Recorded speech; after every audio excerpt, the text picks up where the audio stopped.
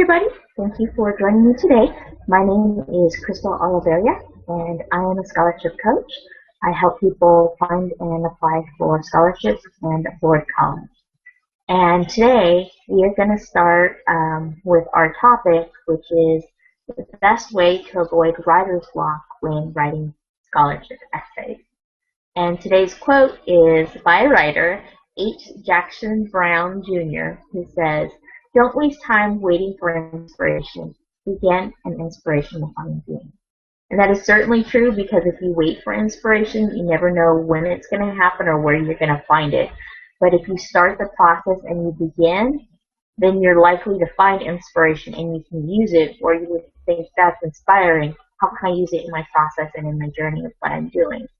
So just to give you a little bit of a better understanding, we're going to start off with what is the definition of writer's block, which according to the website dictionary.com is writer's block is usually a temporary condition in which a writer finds it impossible to proceed with writing.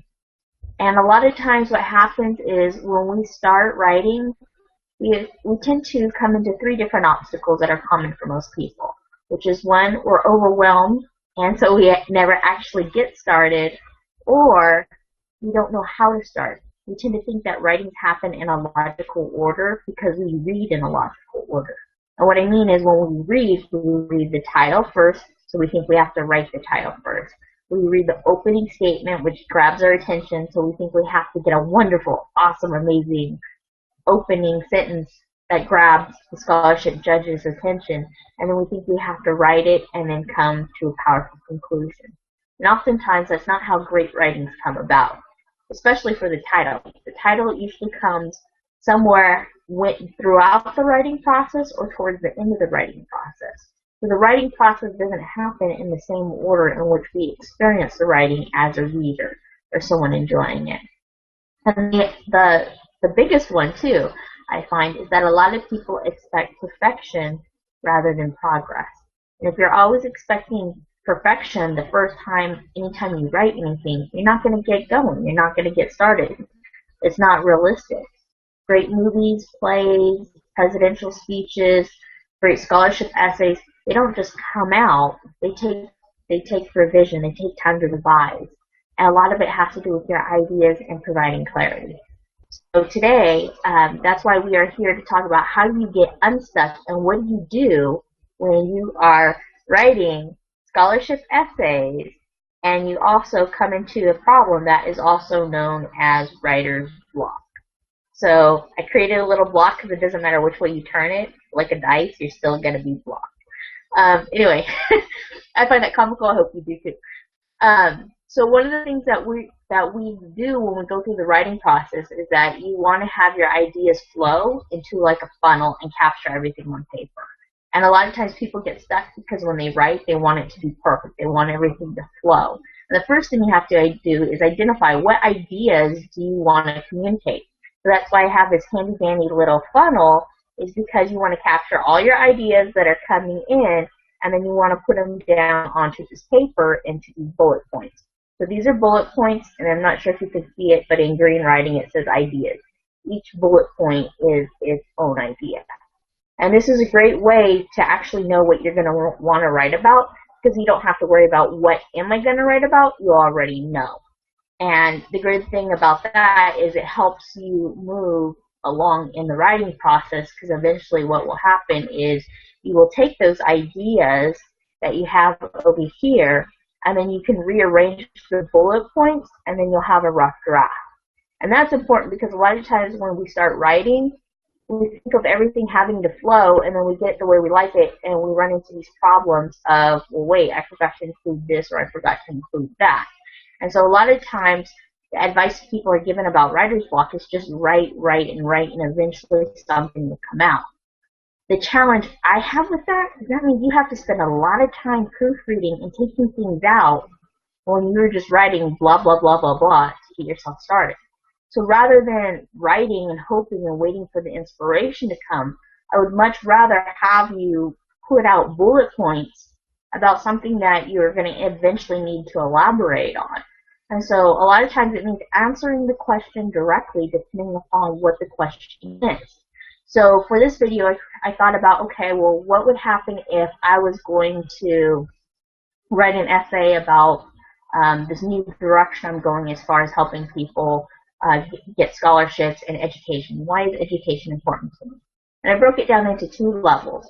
The first level is, yes, you obviously want to answer the question, but the second level is you want to go much deeper and not just state the obvious, which most people can guess, or you want to make it on a more meaningful connection that people can feel you on a heartfelt connection. And so for me, it was more like, okay, well, let me state all the facts, because when you have writer's block, it's like, okay, well, these are facts. I don't have to think about it. I don't have to have creative juices flowing in order to write the facts down.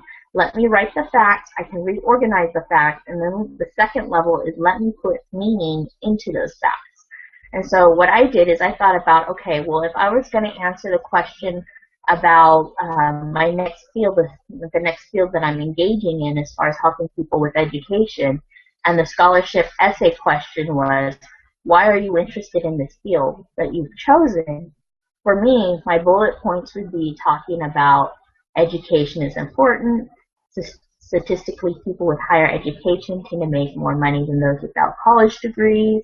My second bullet point would be most educational institutions are not meeting student and parents' needs by keeping up with the skills that are necessary in the age of the internet. My third bullet point would be most schools do not provide assistance in helping people plan for their careers. And my fourth bullet point would be I'm angry that students are pressured to go into college, but no one's taking the time to discuss ways to afford college. That angers me. So taking it down to a deeper level, like those are all things that people can pretty much guess. Like, okay, what you want to go into education, you want to help people, you want to do better, you want to make more money. Most people kind of get that. Like it's to some people they would say it's even obvious. It's just formal to communicate it and choose your words wisely. Taking it down to a deeper level, I created 4 more bullet points, and I said, explain what does education mean in the bigger picture? So my first bullet point would be, it is important for society to have a large group of highly educated workers. Populations of highly skilled workers attract investors and entrepreneurs who work together to create jobs. Education, my second bullet point, education is a hand up rather than a hand out. I personally believe that the human soul would rather take pride in having a career and making money than receiving a government handout, such as welfare. My third bullet point is I believe a lot of people want to get ahead, but they do not know how. And with the way technology and industries are changing, people cannot rely on the advice that has worked for their parents and their grandparents. People need access to information about how to make wise career decisions. And my fourth bullet point is people who have higher incomes are in a better position to give more frequently to their favorite organizations and charities. I believe that it's better for a person to be in a position to give than it is for them to need or receive. So with that, I just put down ideas that I thought would be important in a scholarship essay where I have to answer the question about why are you interested in this career field or career choice. And pretty much by just putting down the facts of how I felt, or facts that most people know, and then diving in deeper, I pretty much went ahead and already created an essay. It's a draft, it's an outline. It's beautiful because it doesn't take, I'm not stuck in a process of what am I going to write. This is what I'm going to write about, and let's take it to the next level.